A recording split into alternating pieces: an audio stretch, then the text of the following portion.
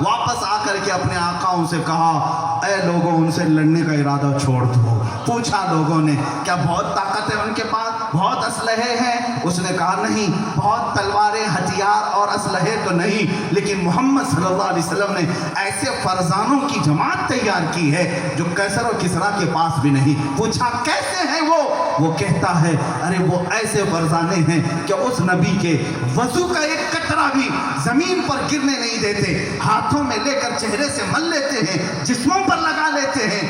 تو جن کو میرے مصطفیٰ حضور صلی اللہ علیہ وسلم کے وضو کے قطرے کو گرنے دینے کا بھی اتنا بڑا خیال ہے, وہ اس محمد کے خون کا قطرہ کب گرنے دیں گے؟ وہ ان کے جسم کا خون کا قطرہ کیسے گرنے دیں گے؟ وہ اپنی جان کی بازیاں لگائیں گے. وہ موت سے ڈرتے نہیں ہیں, وہ اپنے ٹکڑوں سے ڈرتے نہیں ہیں. یہی عزم, یہی حوصلہ تھا جس کو اقبال نے کہا تھا آئین جواں مرداں حق گوئی و بے باکی, اللہ کے شیروں کو آتی نہیں روباہی. شہادت ہے مطلوب و مقصود مومن, نہ مال غنیمت نہ کشور کشائی. عزیزان گرامی وقار, صحابہ کرام رضوان اللہ تعالیٰ علیہ مجمعین کے یہ واقعات جو میں نے بتائے, اس سے ہمیں یہ دلیل لینی چاہیے, یہ سبق لینی چاہیے کہ اگر حضور کے ہو کر کے رہو تو ہر طاقت کو زیر کر سکتے ہو, ہر طاقت کو زیر کر سکتے ہو. اور میرے رب کا یہ وعدہ ہے کان حقا علینا نصر المؤمنین, اللہ فرماتے ہم نے اپنے اوپر لازم کر لیا ہے کہ مدد کریں گے تو ایمان والوں کی کریں گے. قرآن کیا کہتا ہے؟ مدد کریں گے تو ایمان والوں کی کریں گے. ہم نے پوچھا ایمان کسے کہتے ہیں؟ ایمان والوں کی اللہ مدد کرنے کا وعدہ کر رہا ہے, تو ہم نے پوچھا ایمان کسے کہتے ہیں؟ خود میرے آقا نے فرمایا لا یؤمن احدکم حتی اکون احب الیہ من والدہ وولدہ والناس اجمعین. ایمان کسے کہتے ہیں؟ سنو, حضور فرماتے ہیں اس وقت تک تمہارا ایمان کمپلیٹ نہیں ہو سکتا جب تک تم اپنے ماں باپ, اولاد اور سارے انسانوں سے زیادہ حضور سے محبت نہ کر لو. یہ ہے ایمان. جب تک تم ان سے سب سے زیادہ محبت نہ کرو گے تب تک تمہارا ایمان کمپلیٹ نہیں ہے. اے مسلمانوں, اب میں اپنی گفتگو کو سمیٹتے ہوئے اس بات کی طرف لاتا ہوں, غیرت جس کو کہتے ہیں خودداری اور وفاداری, دو ایسی چیزیں ہیں جو تمہیں بہت اعلیٰ سطح تک لے جاتی ہیں. حضور اکرم صلی اللہ تعالیٰ علیہ وسلم کی شان میں کوئی نازیبا کلمات کہے تو پھر اس کو برداشت ہرگز نہ کرنا, قطعاً برداشت نہ کرنا. جو طاقت ہے, جس طرح کی حیثیت ہے, اس کا استعمال کرو اور جواب دینے کی کوشش کرو, ورنہ قیامت کے دن پکڑ آئے گی. تمہارا کوئی عذر قبول نہیں کیا جائے گا.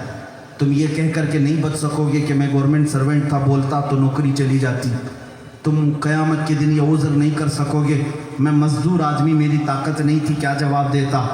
بلکہ فرمایا گیا کوئی عذر قبول نہیں کیا جائے گا اگر تمہاری موجودگی میں حضور کو کسی نے گالیاں دی, توہین کی اور تم سن کر خاموش رہے. اور امام غزالی تو اس سے بھی بڑی بات کہتے ہیں امت اگر حضور کی شان میں گستاخی سن کر خاموش رہے تو اس امت کو سنا دینا میرا پیغام, چند دن اور انتظار کرے, ان پر وہ دن آئے گا کہ ان کی ماؤں اور بہنوں کو گھروں سے نکال کر ظالم بازاروں میں بیچیں گے, ان کی عزت لوٹیں گے اور یہ کچھ نہیں کر سکیں گے.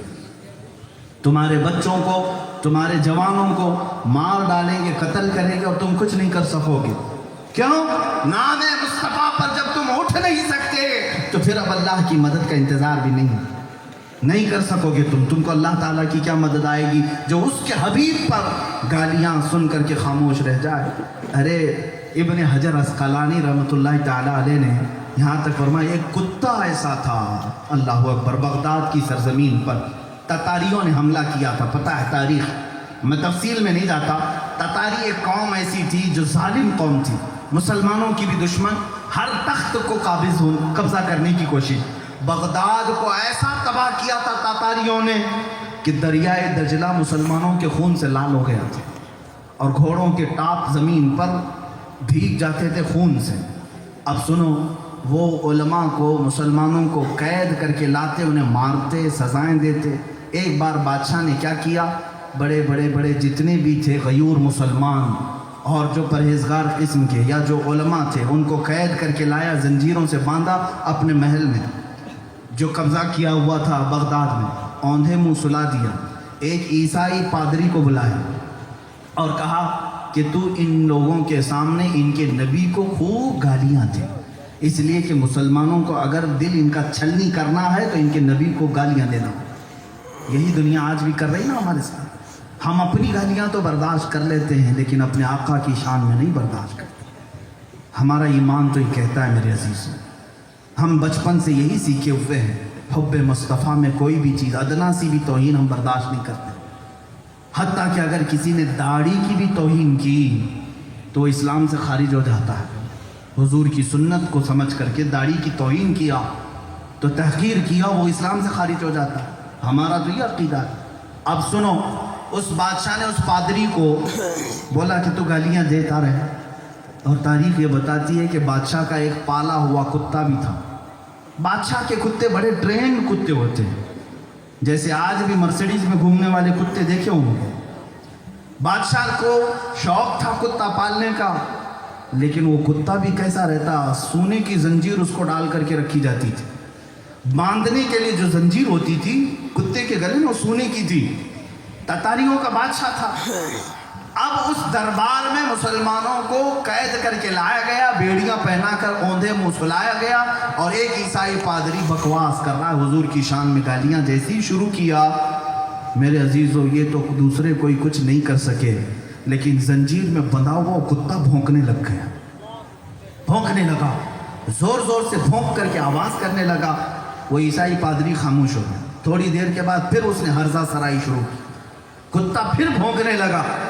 درباریوں نے کہا، ہے عیسائی راہب، ایسا لگتا ہے تیرے بیان سے یہ کتا بھونک رہا ہے، تو جو بیان کر رہا ہے۔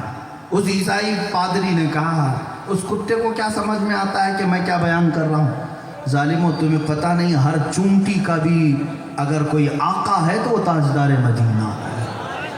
دنیا کے جانور بھی حضور پاک صلی اللہ تعالیٰ علیہ وسلم کا ادب و احترام جانتے ہیں۔ تو عیسائی پادری نے نگلیٹ کیا، کہا وہ بیان پہ تھوڑی نا، وہ ایسی بھونک رہا ہوگا۔ سپاہیوں نے کہا وہ ایسی نہیں بھونکتا، وہ بادشاہ کا کتا ہے، پاگل کتا نہیں ہے، ٹرینڈ ہے۔ تو پھر عیسائی نے پھر شروع کیا بیان کرتے ہوئے حضور پاک صلی اللہ تعالیٰ علیہ وسلم کی شان میں توہین کرنے لگا۔ اب ہوا کیا، مجمع نے دیکھا کتے نے وہ زنجیر توڑ ڈالی اور اچھلتا ہوا کودتا ہوا ایسا آیا دربار میں کہ دم زدن میں اس عیسائی پادری کے سینے کو چاک کر دیا، پھاڑ دیا، ختم کر دیا، اور وہ وہیں فوت ہو گیا۔ سب پر ایسی ہیبت طاری ہو گئی، سب ڈرے سہمے، بادشاہ کا کتا ہے، اور ایسا لگ رہا تھا خون خوار کوئی شیر آ گیا۔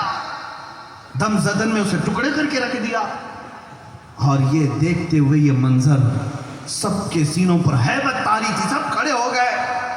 اور اس کے بعد علماء جو قید میں تھے ان کو آزاد کیا گیا، ان کی بیڑیاں کھولی گئی۔ انہوں نے بتایا تم کیا سمجھتے ہو، حضور کو گالیاں دینے کے بعد ہر کوئی خاموش ہو جائے گا؟ اس کتے نے برداشت نہیں کیا اور پھاڑ کر رکھ دیا۔ یہ دیکھنے کے بعد دربار میں جتنے تاتاری تھے سبوں نے کلمہ طیبہ سبحان اللہ، نعرہ تکبیر، کلمہ طیبہ پڑھا اور مصطفیٰ کریم صلی اللہ علیہ وسلم کی غلامی میں داخل ہوئے۔ میرے عزیزو، کیا دبے جس پہ حمایت کا ہو پنجہ تیرا، شیر کو خطرے میں لاتا نہیں کتا تیرا۔ ہم بھی یہی کہتے ہیں، حضور کی بارگاہ سے نسبت ہو جائے، چاہے کتا ہی کیوں نہ ہو، وہ دنیا کے بڑے سے بڑے شیروں کو بھی پھاڑ سکتا ہے، اس لیے کہ نسبت مصطفیٰ کریم کے دروازے سے ہو جائے۔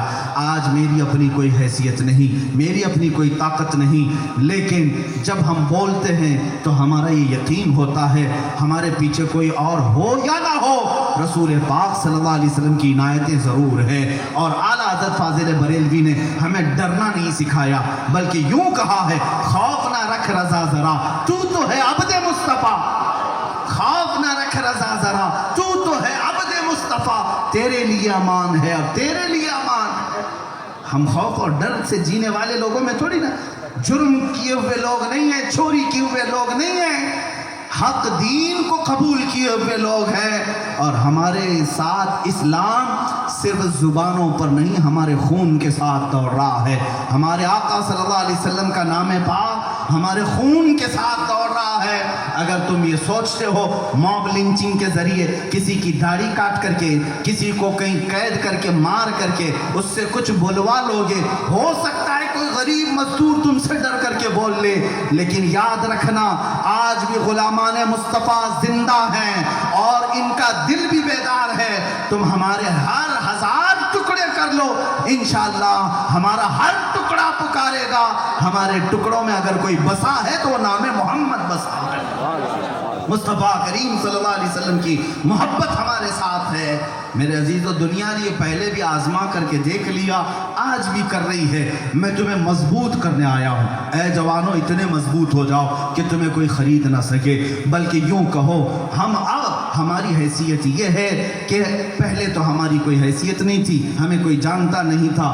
جیسے میں خود اپنے لیے بھی یہ کہتا ہوں، میں فخر کے ساتھ یہ کہتا ہوں، کلکتہ کے شہر میں رہنے والے لوگوں کا مجھ سے کیا تعلق ہے؟ میں یہاں کون سی رشتہ داری رکھتا ہوں؟ کچھ بھی نہیں، لیکن میری عزت کرتے ہیں لوگ، میرے ساتھ محبت کا معاملہ کرتے ہیں۔ آنکھوں پہ بٹھایا، سر پہ اٹھایا اور تاج پہنایا، منبر پر بٹھایا۔ یہ ساری عزتیں کیوں دے رہے ہو مسلمانوں؟ یہ ساری حیثیتیں مجھے کیوں دے رہے ہو؟ پھر مجھے یہ کہنا پڑے گا، جب تک بکے نہ تھے تو کوئی پوچھتا نہ تھا، جب تک بکے نہ تھے تو کوئی پوچھتا نہ تھا۔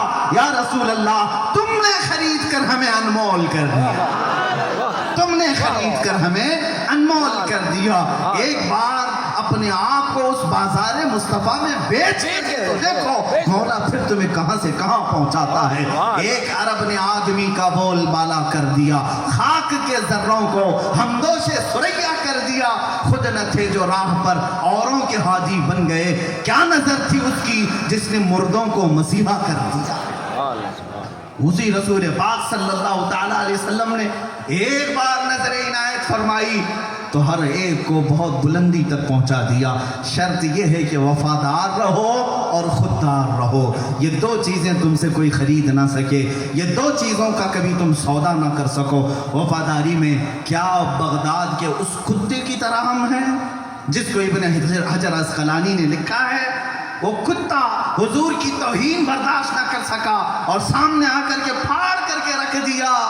اے میرے عزیزوں، میں اپنے تئیں یہ کہتا ہوں، مجھ جیسی 1000 زندگیاں قربان ہیں اس کتے پر جس نے مصطفیٰ کریم کے خلاف سننا پسند نہیں کیا۔ اے میرے عزیزوں، زندگی ہو تو ایسی ہو کہ حضور کے ساتھ وفاداری کرے، مدینے کی ان خواتین کی طرح کہ جو میدان جنگ میں آتی اور حضور پاک صلی اللہ تعالیٰ علیہ وسلم پر اپنا سب کچھ لٹا دیا۔ ایک خاتون تو مدینے کی ایسی آئیں، ان کو راستے میں کسی نے کہا، خاتون تجھے معلوم ہے تیرا بیٹا شہید ہو گیا احد میں؟ انہوں نے انا للہ پڑھا اور آگے بڑھ گئی۔ دوسرا ایک کوئی آیا، اس نے کہا خاتون تمہیں معلوم ہے تمہارے بھائی شہید ہو گئے؟ وہ انا للہ پڑھتی آگے بڑھ گئی۔ پھر کسی نے کہا خاتون تمہیں معلوم ہے تمہارے شوہر بھی احد میں شہید ہو گئے؟ 4 لوگوں کی شہادت کی خبر راستے میں ہی ملی خاتون کو، مدینے کی عورت ہے۔ چوتھی شہادت اپنے گھر کی سننے کے بعد جھلا کر پوچھتی ہیں، ہر آنے والا میرے گھر کے لوگوں کی شہادت کی خبر دے رہا ہے، اے لوگوں ذرا یہ تو بتاؤ آفتاب رسالت سلامت ہے یا نہیں؟ میرے آقا سلامت ہے یا نہیں؟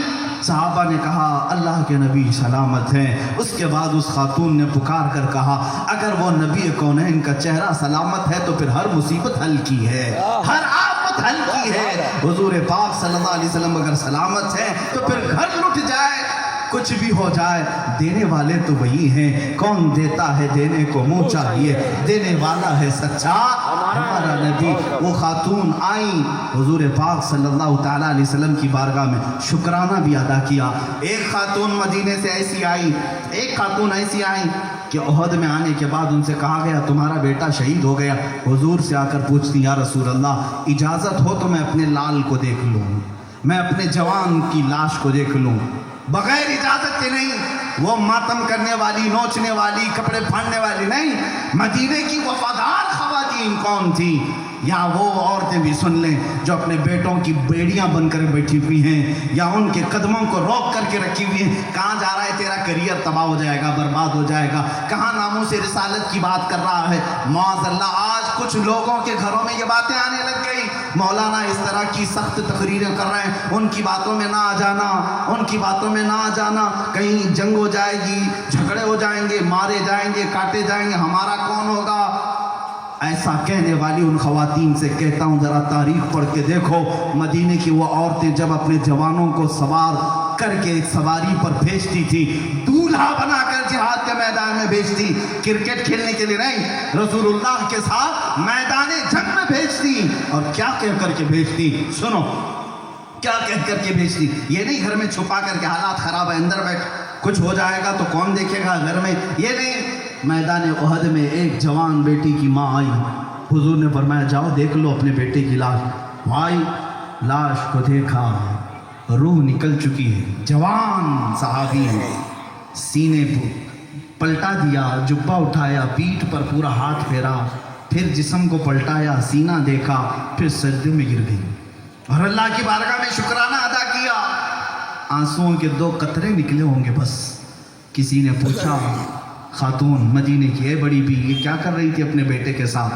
اب جو بات میں کہنے جا رہا ہوں وہ یہ کہتی ہے میں نے اپنے بیٹے سے کہا تھا جنگ میں جا رہا ہے کسی اور کے ساتھ نہیں، رسول اللہ کے ساتھ جا رہا ہے، میرے آقا کے ساتھ جا رہا ہے. وفادار ایسا بن کر کے رہے کہ دشمن اگر غالب بھی آ گئے میدان چھوڑ کر نہیں بھاگنا، میدان چھوڑ کر نہیں جانا. میں نے اس کو وصیت کی تھی، اپنے بیٹے کو سمجھایا تھا کہ اگر تو میدان چھوڑ کر بھاگتے ہوئے مارا گیا تو میں اپنا دودھ بھی معاف نہیں کروں گی، میں اپنا دودھ نہیں معاف کروں گی. میں اس بچے کو یہ وصیت کی تھی اپنے گھر سے نکلنے کے وقت. اور مجھے جب خبر ملی کہ میرا بیٹا شہید ہو گیا تو سب سے پہلے میں نے آ کر اس کی پیٹھ ٹٹول کر کے دیکھا کہ کہیں یہ بھاگتے ہوئے تو نہیں مارا گیا. میں نے اس کو گھر سے نکلنے کے وقت یہ کہا تھا، لیکن اللہ کا شکر اس بات پر میں ادا کرنے آئی کہ پیٹھ پر میرے بیٹے کا ایک بھی زخم نہیں، جو بھی زخم ہے سب سینے پر سارے تیر اس نے سینے پر کھائے ہیں. میں فخر کے ساتھ کہتی ہوں میرا بیٹا شہید ہے اور وفادار مصطفیٰ ہے. میرے آقا کے ایسے فرزانے تھے، ایسے دیوانے تھے جنہوں نے مدینہ طیبہ میں اپنے لال بھی قربان کیے. جو لوگ یہ کہتے ہیں آج گھروں پر کے حالات خراب ہو جائیں گے گھر میں بیٹھو، میں ان سے کہتا ہوں بٹھا لو اپنے جوانوں کو اور اندر رکھ کر کے انہیں 1000 بزدل بنا لو. تم اگر نام مصطفیٰ پر اگر انہیں جانے کے لیے روکتی ہو تو چند دن انتظار کرنا، جب یہ درندے تمہاری عزتوں کو نوچیں گے تب بھی یہ بزدل تمہیں دیکھتا کھڑا رہے گا، کچھ نہیں کر سکے گا، کچھ نہیں کر سکے گا. اس لیے کہ جو رسول پاک کے لیے غیرت نہیں زندہ ہو سکی اس کی اپنی ماں اور بہن کے لیے کیا غیرت زندہ ہو سکے گی؟ ایک بات یاد رکھ لینا، یہ ہم مسلمان ہیں، ہمارا سب کچھ رسول پاک کی ذات سے وابستہ ہے. اقبال نے کہا تھا آبرو ما ز نام مصطفیٰ است، ہم سب کی عزت و آبرو کس نام سے ہے؟ نام مصطفیٰ سے ہے. عزیزان گرامی اسی پر میں آپ سب کو سمیٹتے ہوئے اس بات کا میسج دے جاؤں کہ حضور اکرم صلی اللہ تعالیٰ علیہ وسلم کی زندگی پاک کو اگر تم نے قریب نہیں لایا، ان کے اخلاق، ان کے کردار، ان کے اعمال کو، تو پھر یہ دنیا تمہارے ساتھ وہی حشر کرے گی جو آج ان لوگوں کے ساتھ کر رہی ہے، دوسروں کے ساتھ کر رہی ہے. اس لیے میں پیغام یہ دیتا ہوں میرے مرشد گرامی حضور تاج الشریعہ رحمۃ اللہ تعالیٰ علیہ کا.